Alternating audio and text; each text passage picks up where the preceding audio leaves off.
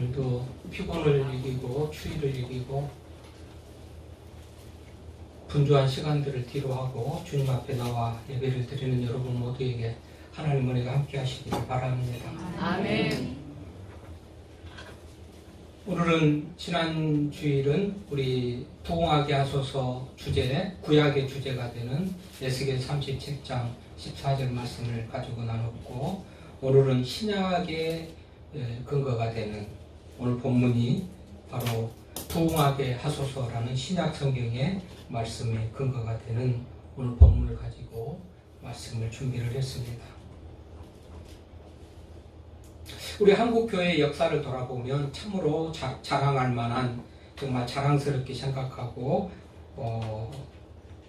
귀하게 여길 만한 그런 교회사의 흔적을 가지고 있죠. 그렇게 제일 가난하고 못 사는 그런 나라가 선교사들이 와서 교회를 세우고 학교를 세우고 병원을 세우고 그러면서 정말 오늘과 같은, 우리 최동렬 집사님 아까 기도 중에도 나오던데, 오늘과 같이 세계 속에 부강한 그런 나라로, 선진국으로 우리 하나님께서 인도해 주셨어요. 거기에 우리 기독교의 기여한 바가 매우 큽니다. 선교사들이 그렇게 와서 병원, 학교, 교회를 세우면서 그렇기도 하고, 그 성경의 말씀으로 교육받은 사람들은 독립운동 때나 전쟁 때나 우리 국가가 어려울 때에 다 국가의 리더들이었습니다. 우리가 기억하는 유인들, 우리 한국의 유인들을 한번 생각해 보십시오. 그들은 다 기독교 장로님, 또 기독교 목사님, 그런 분이었어요. 그래서 그때는 그야말로 우리 한국 교회가 정말 또 국가적으로 정말 어렵고 힘들 때에 우리 성도들이 기도하고 또 전도하고 그러면서 이제 교회 부흥을 이루고, 그렇게 전도받은 사람들은 국가의 지도자들이 되고, 그리고 선한 영향력을 미치면서 믿는 자의 수가 많아지고, 이랬던 것들이 우리 기독교 역사의 그 기록이죠. 일제강점기 때 국가가 암울할 때도 정말 국가의 독립을 위해서 힘쓰고 국민들에게 힘을 주고 했던 분들이 다 기독교인들이고, 우리가 아는 대로 3.1 만세운동, 3.1 운동 때에도 33인의 그 민족 대표 중에서 16명이 우리 기독교인이었다는 것들은 우리가 다 알고 있는 사실입니다. 그래서 교회는 교육으로 정말 문명을 깨치고, 정말 글을 모르는 사람들에게 학교를 세워서 가르치고, 교회를 세워서 복음을 가르치고, 병원을 세워가지고 아픈 사람들을 치료하고, 이러면서 한국 교회나 국가가 이렇게 좀 성장하고 성숙한 그런 나라가 됐던 거 아니겠어요? 또 교회도 마찬가지고. 네로라는 우리 한국 교회를 대표하는 한국 교육 학교를 대표하는 그런 학교들도 다 선교사들이 그렇게 세운 학교들이 아니겠어요? 어쨌든 이렇게 교회가, 학교가 불같이 부흥을 하고 일어나서 1970년대부터 80년대까지는요, 그야말로 세계가 주목하는, 또 세계가 부러워하는 그런 한국교회가 됐어요. 10대 교회를, 세계에서 가장 규모적으로 큰 10대 교회를 선정해 보면 제일 큰 교회가 여의도 순복음교회, 세계적으로. 그 다음에 세계 교회가 더 10대 안에 들어요.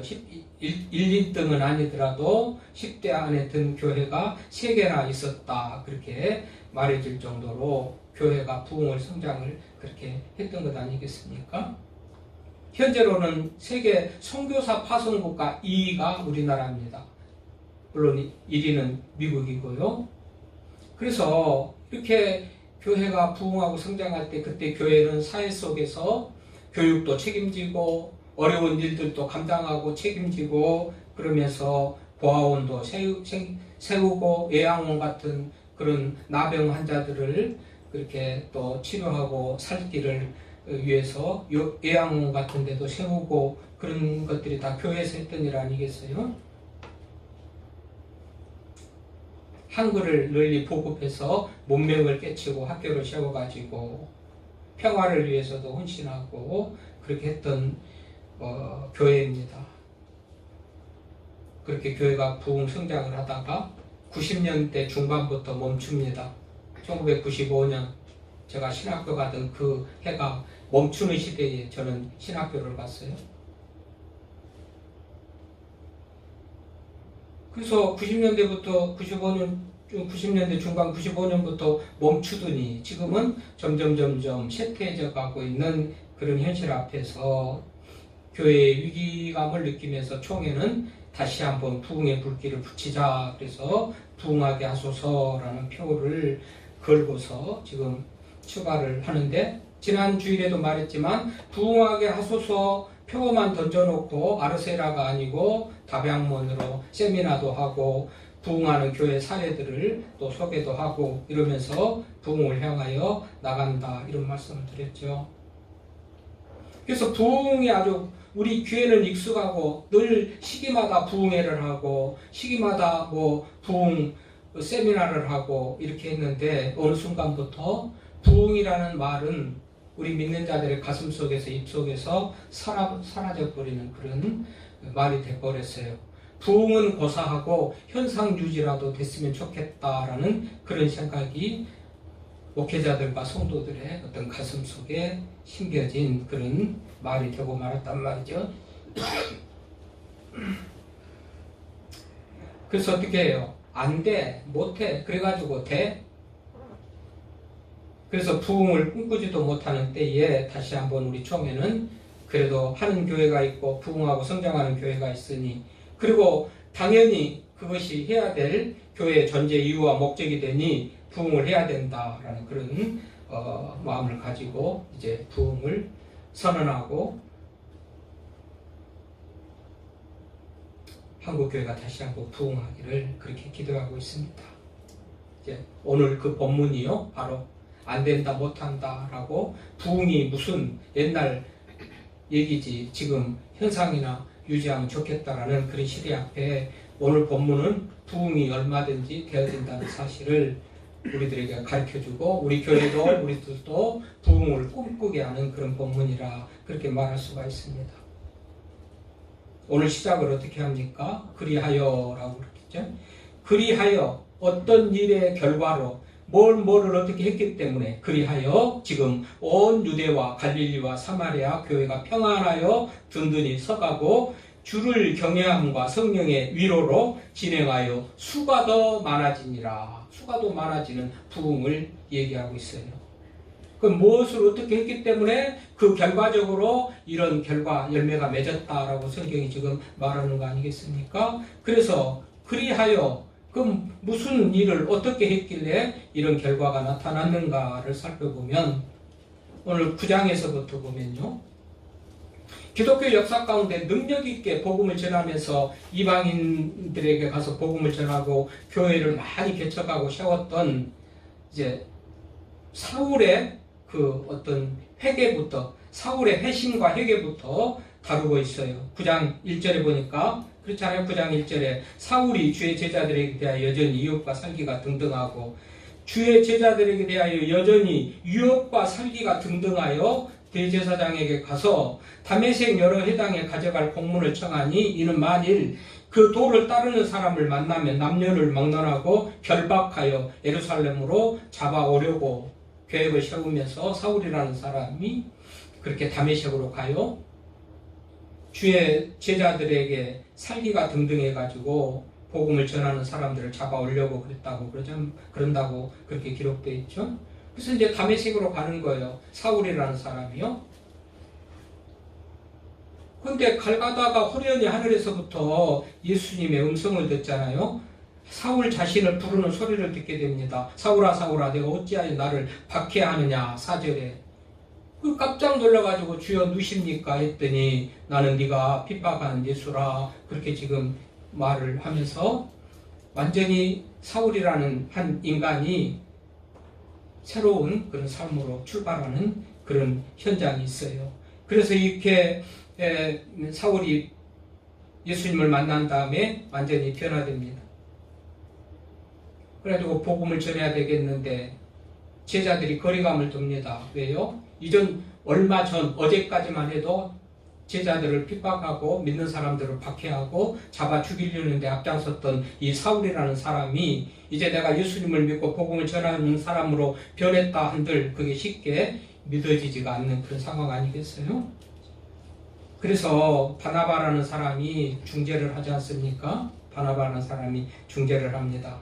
27절에 보면 바나바가 데리고 사도들에게 가서 그가 길에서 어떻게 주를 보았는지 주께서 그에게 말씀하신 일과 다메섹에서 그가 어떻게 예수 이름으로 담대히 말하였는지를 다 전해주면서 제자들의 무리에 들어가게 하고 그 사울이라는 사람이 제자들과 함께 복음을 전하는 일에 참여시키고 그러면서 이 사울이 변화된 사울이요 완전히 예수님의 이름을 담대히 전하고 그렇습니다. 그래서 28절부터 보면은 사울이 제자들과 함께 있어 예루살렘에 출입하며 또 주 예수의 이름으로 담대히 말하고 헬라파 유대인들과 함께 말하며 변론하니 그 사람들이 죽이려고 힘쓰거늘. 이렇게 변화된 하루아침에 변화된 이 사울이요 완전히 예수님을 전하는 사람으로 제자들과 함께 복음을 전하는 사람으로 변했어요. 그리하여라는 것은 이 전도했기 때문에 사울과 같은 또 다른 제자들과 더불어 열심히 주의 복음을 전했기 때문에 교회가 평안하여 든든히 서가고 주를 경외함과 성령의 이름으로 진행하여 수가 많아졌다라고 그렇게 말하고 있는 바. 여러분 우리가 부흥을 꿈꾸고 정말 부흥을 마음속에 품고 나갈지인데 가장 먼저 우리가 생각해야 될 것은 본문을 통틀어서 전도해야 부흥이 되는 것 아니겠습니까? 가만히 있어가지고 어떻게 부흥이 되겠는가? 사울과 제자들과 더불어서 예루살렘으로 출입하면서 담대히 예수님의 이름으로 담대히 말하고 전하면서 결국은 그 예루살렘 교회가 수가 더 많아지는 그런 은혜가 있었다고 성경은 말하고 있습니다. 그런 의미에서 우리가 전도해야 돼요. 전도하지 않으면 어떻게 부흥이 되겠어요? 전도해야 되겠죠. 전도하는데 여러분 오늘 본문에 제자들이나 사울이 이제 이 사울은 원래 히브리어 표현으로 이름으로 사울이에요. 이 사울이라는 말은 우리가 사무엘을 생각하면 좀 기억이 쉬운데요. 사무엘은 한나가 요압께 부르짖어 얻은 아들이죠. 사무엘. 그래서 요압께서 내 기도를 들으셨다. 그래서 사무엘이라고 이름을 짓는데 이 사울도 히브리식으로는 이 사무엘과 같은 그런 어근을 가져요. 들었다 그 말이에요. 들었다. 청함을 들었다. 그래서 사울이라는 이름을 가진데 이거는 히브리식 이름이고 이걸 헬라 당시에 문화권, 당시에 세계를 지배했던 문화권 헬라식으로 하면 이게 바울입니다. 그러니까 뭐 이름이 바뀌었다, 변했다 그런 것보다도 히브리식으로 하면 사울이고 헬라식으로 하면 바울이고 우리가 익숙하지 않은 이 바울이 바로 이 사울인데 어쨌든 이 사울이 변화돼서 제자들과 더불어 예루살렘에 왔다 갔다 하면서 복음을 전하는 그런 일로 교회가 수가 많아졌다. 그래서 전도를 해야만이 교회가 부흥한다라는 사실을 우리가 기억을 해야 되겠죠. 그래서 갈라디아서 1장 18절에 보면 사울은 이때에 이 지역에서 약 15일 정도 머물면서 복음을 전한 것으로 그렇게 기록이 되어 있어요. 그러니까 얼마나 열정적으로 복음을 전했을지 15일이라는 짧은 기간이지만 그렇게 많은 영향력을 미치고 교회가 부흥하는 데 기여를 했다라는 사실을 우리가 알 수가 있고요. 근데 전도는 우리가 해야 될 줄을 알지요. 전도를 해야 되지만은 잘 안 되고 안 합니다. 왜요? 그냥 안 받아들여지니까. 전도에도 열매가 없고 힘드니까 잘 안 하잖아요.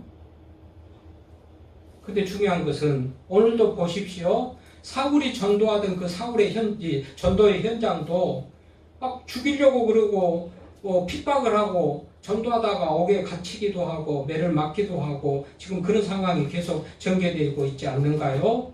사도행전 시작해가지고 사도 베드로가 복음을 전할 때부터 베드로도 잡아다가 옥에 가두고 또는 다시는 그런 일을 복음을 전하지 못하게 하는 조건으로 풀어주기도 하고 어쨌든지 복음을 전하고 전도하는 일에는 쉬운 일이 없었어요. 우리가 지금 전도를 안 하고 있는 것도 뭐 진짜 누가 받아들이지를 않고 거부하고 그냥 면박당하는 그런 마음 때문에 두려움 때문에 전도를 안 하고 있는데, 여러분, 이 제자들이 전도하던 그 초기 교회 현상도 전도하기는 너무 힘든 환경 여건이었잖아요.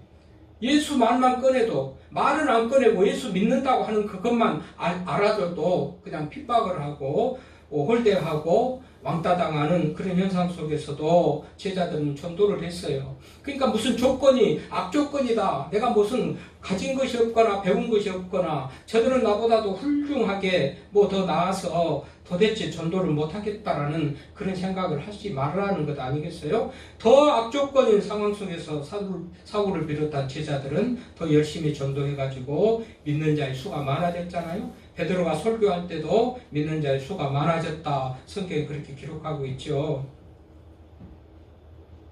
그런 의미에서 전도를 해야 된다. 전도는 힘들어도 해야 된다, 어려워도 해야 된다. 두 가지 명제를 저나 여러분들이 가졌으면 좋겠어요. 전도해야 부흥된다. 근데 그 전도는 어렵다. 그래도 해야 된다. 전도하면서 감옥에 가고 매를 맞고 죽이려고 힘써서, 오늘 제자들이 유대인들이 죽이려고 그러니까는 사울을 광주리에 달아가지고 성벽으로 내려서 탈출하게도 도와주는 그런 일도 생기잖아요. 25절에 보니까 제자들이 밤에 사울을 광주리에 달아 성벽에 달아 내리고, 그래서 도망가기도 하고, 복음 전하는 일이 이렇게 어려운데도 하잖아요. 전도하는 일이 이렇게 어려운데도 하는 거예요. 얼마나 뭐 그냥 옥토 같은 마음 준비돼가지고 전도하러 오셨냐고, 그렇지 않아도 내가 기다렸는데 참 잘 오셨다고, 내가 예수 믿겠다고 교회 가겠다고, 이런 사람들이 어디 있겠습니까? 그야말로 돌짝밭같이 가시떨기와 같이 그야말로 거절하고 안 받아들이고 내치고 손사래치고 말하지 말라고 집에서 쫓겨나는 그런 모욕적인 그런 것들을 당하겠지만, 그걸 각오하고 전도해야 된다는 것을 우리는 기억하시기를 바랍니다. 제자들이 그렇게 했고 사울이 그렇게 했어요. 그러니까는 부흥이 됐죠. 그러니까 우리는 이것을 못하기 때문에, 안 하기 때문에 결국은 교회 부흥은 어렵겠다, 이런 사실을 우리가 생각해 보면서요. 아무튼 어려워도 해야 되고 전도를 해야 되는데, 어려워도 해야 되는 것이 전도다. 주님이 명령하셨잖아요. 뭐라고요? 너희는 모든 민족으로 제자를 삼아, 모든 민족으로 제자를 삼아 아버지와 아들과 성령의 이름으로 세례를 주고 내가 너에게 분부한 모든 것을 가르쳐 지키게 하라고 마태복음 28장 28절에서 그렇게 말씀하시잖아요. 또 때를 어떤지 못 어떤지 복음을 전하라고 말씀하시기도 하고, 이 주님의 명령이에요, 전도는. 그래서 부산에서 아주 큰 교회를 하는 세계로 교회를 하는 교회가 있는데, 담임 목사 손현보 목사는요, 전도는 어명이다, 교인들에게 그렇게 책을 써서 가르치고 세계 나라 곳곳 여러 교회 다니면서 전도는 어명이다, 전도하는 그런 교회로 바꿔놓는 그런 강의를 하고 다니는 목사님이 있는데요. 오명이에요. 주님이 명령하셨잖아요. 할 마음도 안 가지고 하지도 않고 할 마음도 안 가진 것은 이건 안 믿는 사람이죠. 주님을 안 믿는 사람이에요. 전도는 어렵습니다. 그래도 해야 됩니다.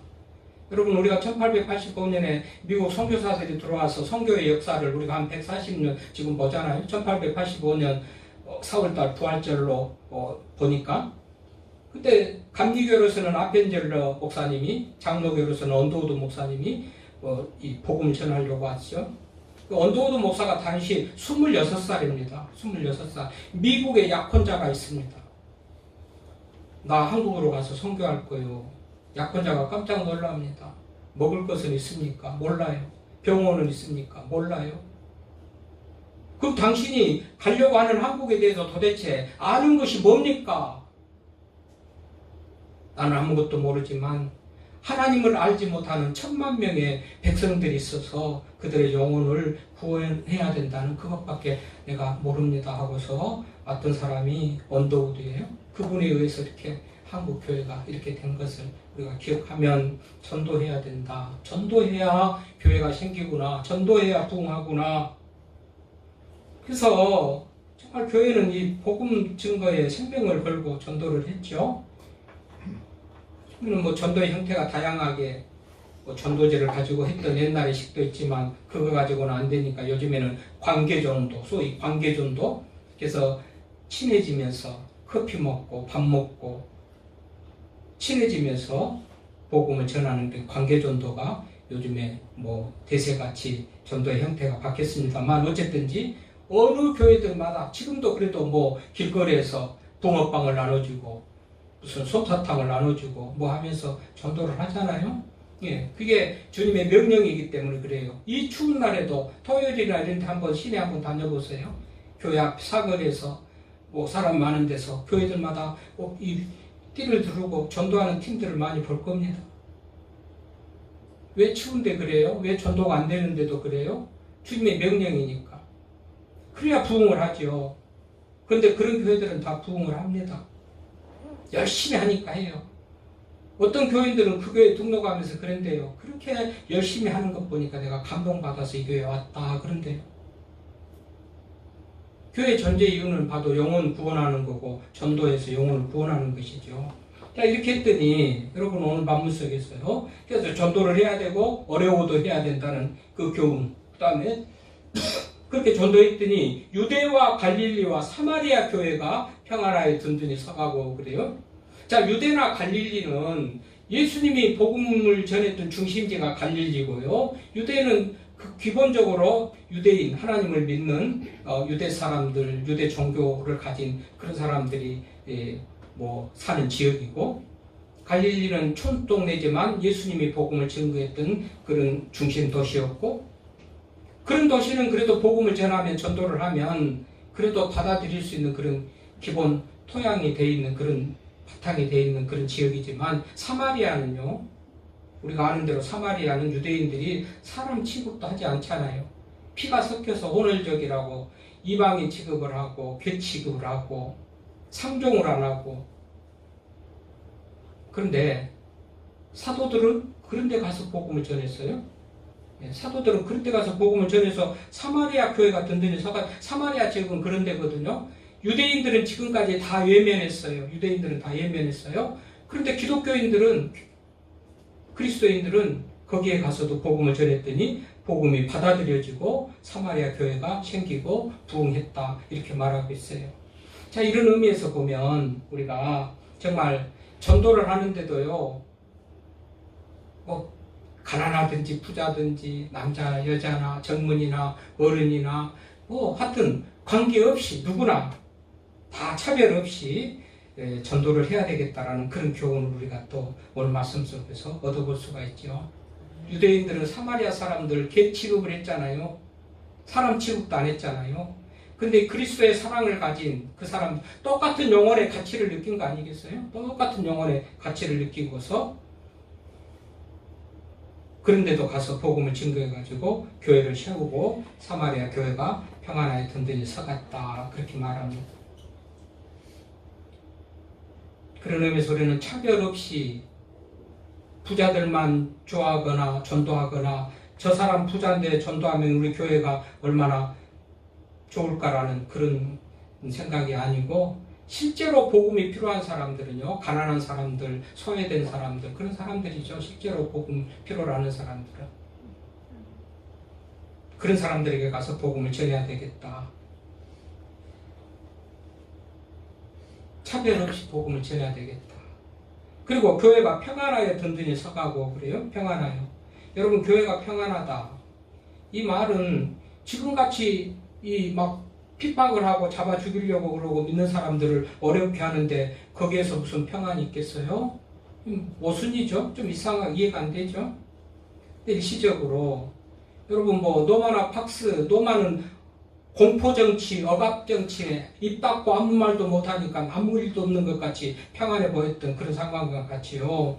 여러분 지금 이 평안은, 이 당시 초대교회의 평안은요, 일시적으로 핍박을 했잖아요. 로마 정권이나 유대인들이, 당시에 큰 힘이 유대인들, 유대교, 유대인들하고 로마 황제의 정권이죠. 큰 힘이. 기독교는 미약하게 이제 시작한 종교고, 그런데 그나마라도 이 작은 기독교를 핍박하고 다 없이 하려고 한 것 때문에 교회의 리더들, 지도자들, 뭐 소위 사도들이나 집사들이 다 흩어져 버렸잖아요. 핍박하니까. 스데반의 죽음 7장, 사도행전 7장에서부터 다 흩어지는 얘기가 나와요. 그러니까 유대인들이 볼 때나 로마 황제가 볼 때 지도자도 없고 이끄는 리더도 없고 그러니 가만히 놔둬도 좀 지나면 없어질 거 생각하니 그때부터 교회에 대해서 별로 핍박과 탄압이 좀 없는 그런 상태. 그러니까 교회가 평안하는 거예요. 그런 의미에서 교회가 평안했다 그렇게 말할 수가 있고요. 두 번째는요. 당시에 칼리굴라라는 황제가 로마의 황제예요. 근데 이 칼리굴라 황제는요. 유대인의 회당, 성전 이런 데다가 다 우상을 세웁니다. 우상을. 그 힘을 가지고 유대인들이 그렇게 싫어하고 반대하는 우상을 세우려고 그러니까 유대인들이 로마 황제의 정권의 그 일에 반기를 두고 반대를 하고 지금 싸우고 하는 그런 상황이 생긴 거죠. 그러니까 로마 황제가 볼 때도 싸움의 대상은 유대교고 유대인들이 볼 때도 기독교는 상관도 없이 지금 로마 황제하고 싸워야 될 그런 상황이 생기고 그러니까 자연히 교회는 누가 터치하는 사람이 별로 없는 그런 상태에서 평안하에 든든히 서가는 그런 상황이라는 것을 우리가 이해를 해야 돼요. 그런 의미에서요. 지금 평화가 진짜 평화가 아니고 평안한 상태가 아니고요. 환경 여건은 그렇지만 스스로 성도들이 그리스도인들이 평안을 느끼고 있는 그런 상황인 것을 우리가 말씀을 통해서 이해를 할 수가 있어요. 아무 문제가 없어서 평안이 아니고 문제가 있지만 성숙한 그리스도인들이 그것을 문제로 여기지 않는다는 거예요. 그래서 마음의 평안함을 얻는다는 거예요. 왜요? 복음을 전하고 교회가 이렇게 세우고 우리가 할 일을 다 하고 있을 때 하나님께서 약속하신 은혜와 선물을 그대로 우리에게 주실 것이다. 우리는 하나님의 말씀 따라서 하라는 거 하고 하지 말라는 거 다 하고 이렇게 믿음으로 살아가고 있으니 환경 여건이 어떻든지 간에 하나님께서 약속하신 그 약속이 이루어질 것을 믿는 믿음 안에서 마음의 평안을 누리고 사는 그런 상황이라는 말이죠. 이게 그래서 교인들이 성숙한 게 필요해요. 성숙한 거 필요해요. 성숙하면 이 정도 돼요. 덜 성숙하면 어떻게 돼요? 조금만 힘들어도 죽겠네 살겠네 하고 조금만 힘들어도 뭐 어쩌니 저쩌니 하고 이런 상황이 생기는데 성숙하면 믿음으로 이런 모든 평안하지 못한 환경 여건들을 극복할 수도 있다는 사실이에요. 아울러서 우리는 우리 스스로 이렇게 교회의 평안을 또 만들어가는 우리가 되는 것이 좋겠다라는 그런 생각을 또 해보게 돼요. 말씀을 준비하면서. 그렇죠? 이렇게 교회가 평안하여 든든히 평안해야 든든히 서가죠. 갈등하고 싸우고 분열이 하고 그러는데 거기에 무슨 든든히 서가겠습니까? 자, 평안해야 든든히 서가요. 자, 평안해야 교회도 자랑하고 내가 평안의 삶을 사니까 주변 사람들이 어떻게 그렇게 평안해? 예수 믿으니까. 교회가 평안해야요. 우리도 평안하게 믿음 생활을 하고 전도도 됩니다. 교회가 분열되고 싸우고 갈등하고 그러면 나도 떠나고 싶은 그 교회, 누구에게 그 교회 나오라고 전도를 하겠습니까? 평안해야 전도가 돼요. 평안해야. 그런 의미에서 우리 교회가 평안하도록 우리 서로는 이해하고 양보하고 배려하고 이런 것들이 또 필요하다는 사실을 우리가 또 깨달아야 될 줄로 믿습니다. 평안해야 돼요. 평안해야 나도 그 교회 가고 싶어. 평안하면 나 자신도 안정되고 평안하고 그 모습에 사람들이 감동받고 가고 싶고 관심 가지고. 평안하지 않으면 지금 갈등이 있고 분열이 있고 어려운 상황이라는 거잖아요. 그럼 나도 떠나고 싶고 나도 가고 싶은데 어떻게 그 교회 오라고 전도를 하겠어요? 못하잖아요. 교회가 평안해야 돼요. 그러니까 평안을 위해서 우리 서로 힘써야 돼요. 교회가 평안하도록. 조금 부족한 것이 있어도 덮어주고 조금 뭐가 어째도 말할 만한 것이 있어도 나도 죄인인데 나도 부족한데 그래서 주님이 그랬잖아요. 비판하지 말라. 비판하는 그 비판으로 너희가 정죄를 받을 것이고 너도 비판을 당하고 그러면서 형제의 눈 속에 있는 티를 보면서 자기 눈 속에 있는 들보를 보지 못하고 큰 들보를 보지 못하고 형제의 눈 속에 티를 보고서 비판하냐 정죄하냐 그렇게 하지 말라고 그랬잖아요. 여러분 우리가 이것이 해결되고 이 부분을 우리가 알아야 교회가 평안해져요. 나도 다 죄성을 가지고 연약한 인간인데 무슨 내가 완벽한 사람이라고 누구의 부족한 것을 욕하고 탓하고 정죄할까라는 그런 마음을 가지면 교회가 평안할 줄로 믿습니다. 자기 주장만 하고 자기 고집만 내세우고 자기만 제일이고 자기만 맞다고 이렇게 할 때에 거기에는 평안이 없고 평안이 없는 그 교회는 절대로 부흥할 수 없습니다. 그래서 교회에 무슨 문제를 일으키고 분란을 일으키고 뒷담화를 하고 흉을 보고 이렇게 하는 사람들, 그 사람들은 교회의 적입니다. 그 사람들 때문에 전도가 안 됩니다. 교인들도 상처받고 떠납니다. 그러니까 얼마나 잘못을 저지르고 있다는 사실을 기억을 해야 돼요. 그러면서도 뭐 부흥을 얘기하고 그럴 수는 없는 거예요. 여러분, 교회가 부흥하고 더 성장했으면 좋겠다라는 마음을 가지면 교회의 평화를 우선적으로 생각하면서 신앙생활을 할 수 있기를 바랍니다. 교회가 평안하여 든든히 서가고, 평안하니까 든든히 서가는 거예요.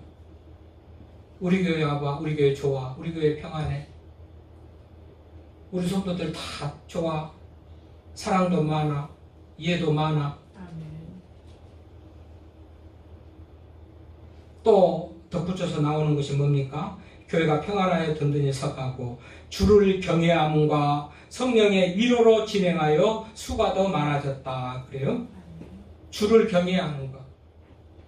경외하는 것이에요. 존경하는 것 아니겠어요? 존경하되 그냥 적당히 그냥 조금 더 위에 나은 사람을 존경하는 그런 존경이 아니고, 이 경외한다는 것은요, 굉장히 두려운 마음을 가지고 아주 존경하는 그런 어떤 표현을 쓰는 것인데요. 존경하니까, 경외하니까 그 말씀을 따라서 살고, 그 말씀을 거역할 마음을 안 갖고. 여러분, 주님이 이렇게 말씀하셨어요. 근데 그 말씀을 순종하지 않고 따르지 않는다는 것은 그분에 대한 경외감이 없는 거예요. 존경심이 없는 거예요. 그러잖아요. 주님을 경외한다면 전도해라 라는 전도를 잘 할 때에 주님을 경외하는, 주님에 대한 대접이죠.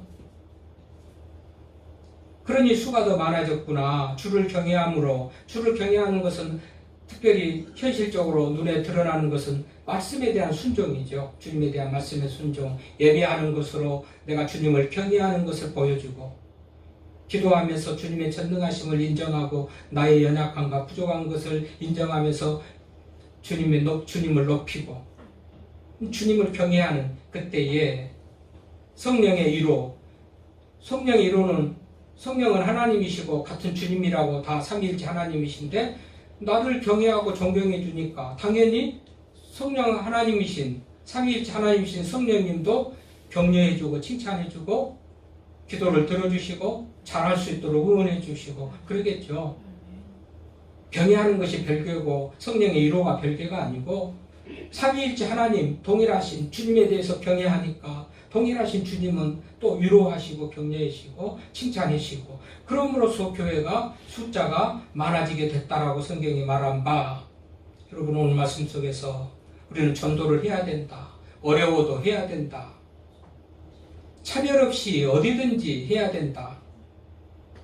가난한 사람이든지 정말 장애인이든지 누구든지 어른이든지 오늘 내일 숨이 정말 병각에 있는 그런 사람이든지 관계없이 우리는 전도를 해야 된다. 차별 없이 해야 된다. 힘들어도 해야 된다. 교회가 평안하도록 평안해야 전도가 되니까, 평안해야 부흥되니까 교회가 평안하도록 우리는 기여해야 된다. 실질적으로 나가서 전도는 못하더라도 교회 평안을 잘 만들어 놓는 것, 그것도 전도하는 그런 효과를 가져올 수가 있겠죠. 그렇게 해야 교회가 든든히 서가고 주를 경외하고 주님을 업수히 여기고 함부로 여기고 무시하고, 그러면 그 주님이신, 동일한 주님이신 성령님께서 위로를 주는 게 아니고 책망하시고, 그렇죠? 관심을 버리고 떠나고 네 마음대로 네 뜻대로 한번 해봐라 라고 그렇게 팽개쳐질 때 우리 인생이 얼마나 힘들겠는가 생각을 하면서요, 이렇게 주를 경외함과 성령의 위로로 진행하여 수가 더 많아지는 초기 교회, 예루살렘 교회와 같은 교회, 우리 교회가 이런 교회 될 수 있도록 여러분 열심히 전도하면서 또 유아를 경외하면서 성령의 이루 속에서 자신도 성숙하고 교회 부흥을 위해서 기여하는 여러분들 될 수 있기를 바랍니다. 하나님